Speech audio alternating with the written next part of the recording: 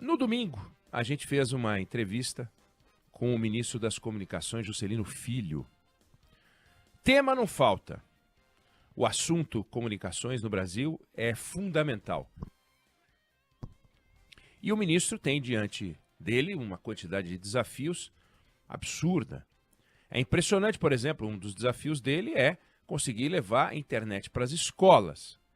E quando eu digo, ou quando a gente fala em internet das escolas, não é ligar um fiozinho lá na secretaria e colocar um computador para que a escola possa passar dados para a Secretaria Estadual de Educação, para a Prefeitura, Secretaria Municipal, nada disso. Nós estamos falando em permitir que cada um dos alunos na sala de aula consiga navegar.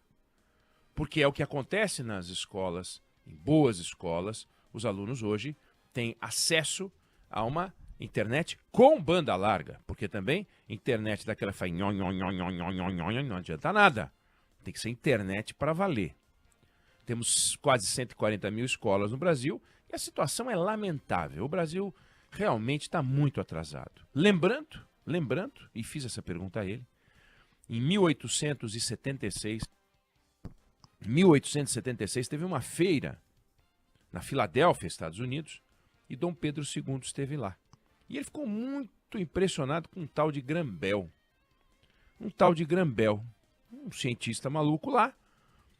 Ele foi ver e o cara tinha inventado o telefone. Aí Dom Pedro II pegou aquele negócio, testou e falou, meu Deus, isso fala. No ano seguinte trouxe para o Brasil 100 aparelhos. E o Brasil foi o segundo país do mundo a ter telefone. Olha só, nós já fomos novidadeiros. E hoje estamos ali lá atrás. Você pega um ranking de excelência de conectividade, estamos em 30º não sei o quê. Pega um outro ranking de não sei o quê de conectividade, estamos em 57º. O nosso 5G é 5G só no nome. Porque você vai procurar por aí, 5G é 2G.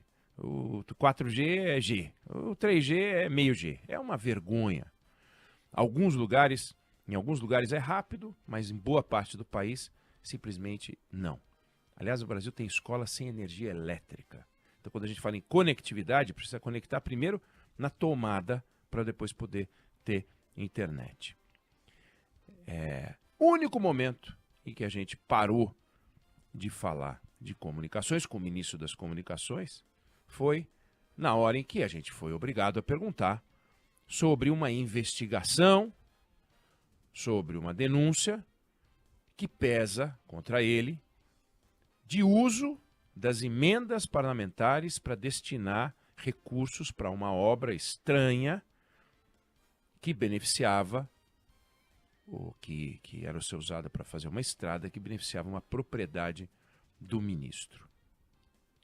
Ele disse que a obra, se alguém for lá procurar, não vai ver a obra sendo feita, mas ela não foi feita porque ela foi paralisada.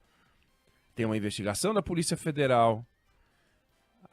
E a última notícia, que saiu essa semana, foi que a Controladoria Geral da União fez um relatório em que afirma que essa pavimentação realmente beneficia propriedades do ministro Juscelino Filho. E é um problema. Bom, fora o fato de que o ministro tem um problema para administrar, que os recursos dessa obra foram para uma estrada que passa por propriedades dele, ele diz que favorece uma quantidade enorme de pessoas, a Controladoria Geral da União diz que não, diz que favorece obras, que essa obra favorece apenas o acesso a propriedades dele, principalmente. Mas se a gente tivesse só uma questão envolvendo o ministro das Comunicações, deixa a investigação rolar. Se descobrindo que ele é culpado, o presidente da República tem que dar um desfecho para isso, do ponto de vista administrativo. A Polícia Federal e o Poder Judiciário tem que dar um destino criminal para isso. Mas a gente não resolve um outro problema brasileiro. Que esse sim é um problema brasileiro. Juscelino Filho é um exemplo de um problema brasileiro, que são as emendas parlamentares. Então, é uma coisa inacreditável. Nos Estados Unidos tem emenda parlamentar, em vários países do mundo tem emenda parlamentar, em todos os lugares, de alguma maneira, o Congresso interfere no orçamento individualmente, os deputados, os senadores.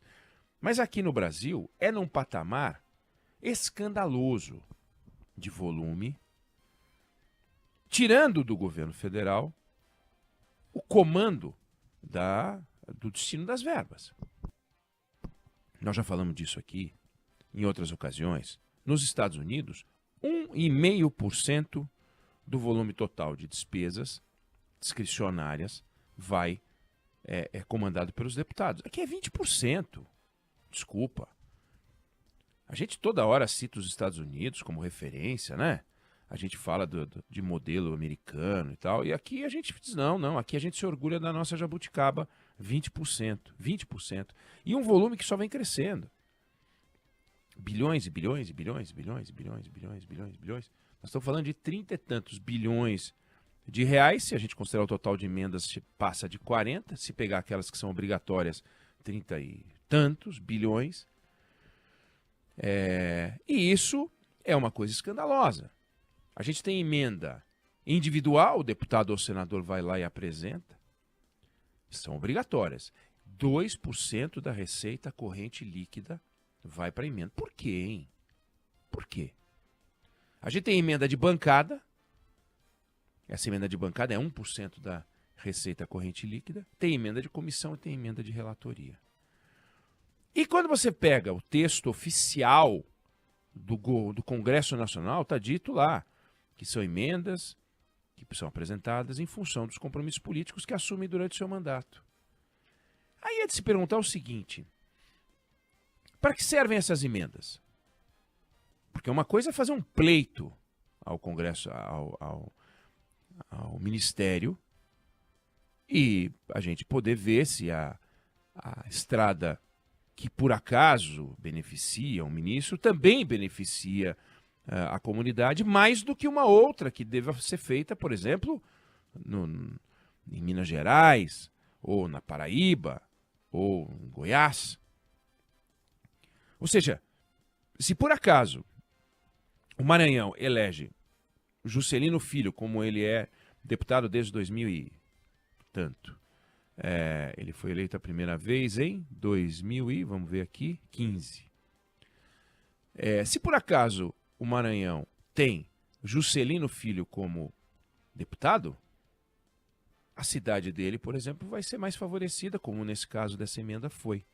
Mas se por acaso elege o Maranhão um deputado de um outro pedaço do estado, talvez outro trecho do estado seja favorecido. Esse é o critério. Então, os pobres da turma do Juscelino vão ter vantagem se a emenda realmente favorece. Não estamos falando de uma emenda, não.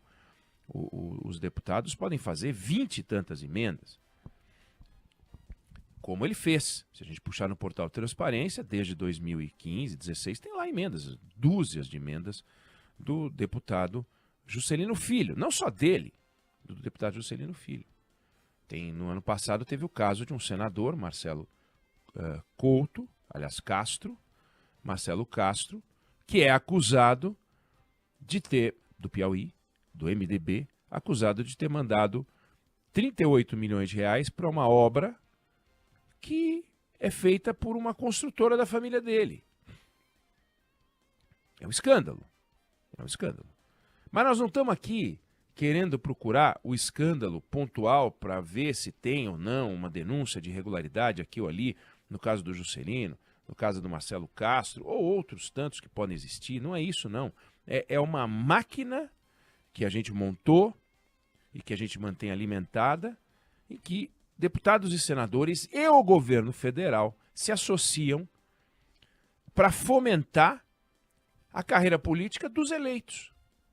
Os 513 deputados eleitos, os 81 senadores eleitos, conseguem estabelecer com seus prefeitos, com seus vereadores, uma influência na eleição que outros candidatos, que não são deputados nem são senadores, não têm. Ou seja, se você se eleger, você tem um cheque em branco que o governo federal te dá. Aliás, essa aliança entre o executivo e o legislativo te dão,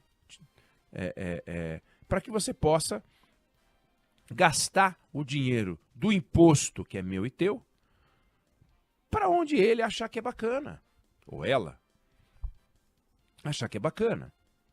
O Juscelino achou que era bacana pavimentar, fazer uma estrada que passa perto da fazenda, propriedades dele, e que ele diz que beneficia um monte de gente, mas passa perto de propriedades dele. Será que essa é a melhor forma que a gente tem para gastar o dinheiro público? 20% das despesas discricionárias do governo, 20% das despesas discricionárias do governo são gastas dessa forma. E é muito dinheiro. Nos Estados Unidos, 1,5, aqui é 20. É muito, mas muito dinheiro. E não faz um sentido técnico. Você tem um jeito e existem formas de medir tudo. Existe forma de medir eficiência, existe forma de medir necessidade, existe forma de medir pobreza. Então você pode saber que a estrada pavimentada em tal lugar, no estado A, vai ser melhor do que a estrada pavimentada em tal lugar no mesmo estado A. Essa estrada beneficia 12 mil pessoas, essa outra beneficia 120 mil pessoas. Vamos pavimentar a primeira de 120 mil pessoas. Ah, mas a de 120 mil pessoas vai custar 1 bilhão. E essa de 12 mil pessoas vai custar 100 milhões. Bom, então 1/10 com 1/10, aqui tem um empate. Se tem empate, ok. Mas pode ter absoluta certeza que não tem empate coisa nenhuma. Eu quero mandar para o município tal dinheiro para fazer um ginásio. Mas escuta, precisa fazer um ginásio ali? Precisa porque eu quero. Não existe despesa de governo que não seja necessária, certo? Se tem um posto de saúde, você pode fazer o segundo. Se tem um ginásio, você pode fazer o segundo. Se tem uma estrada, você pode duplicar. Tudo é saudável. Saneamento básico, alguém vai ser contra? Dá para dizer que o saneamento básico no Maranhão é menos importante do que o saneamento básico no Piauí? Claro que não. Mas as obras deveriam fazer parte de uma lista de prioridades. Que fosse construída essa lista com critérios bem transparentes e tal, mas prioridade. Isso antes, isso depois. E o deputado é favorecido aqui, o outro não é favorecido, depois inverte. Mas não é assim que a banda toca. A banda toca na base da malandragem, a banda toca na base do poder político, a banda toca na base do lobby.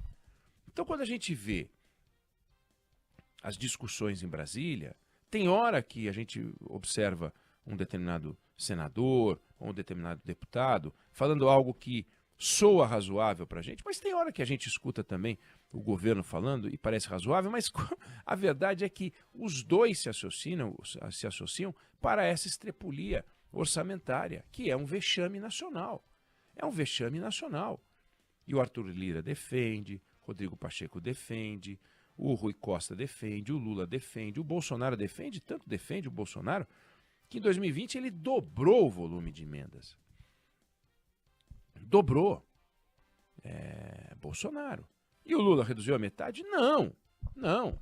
O Lula fez um cortezinho lá, cosmético, mas a verdade é que os presidentes alimentam essa máquina de estrepulia.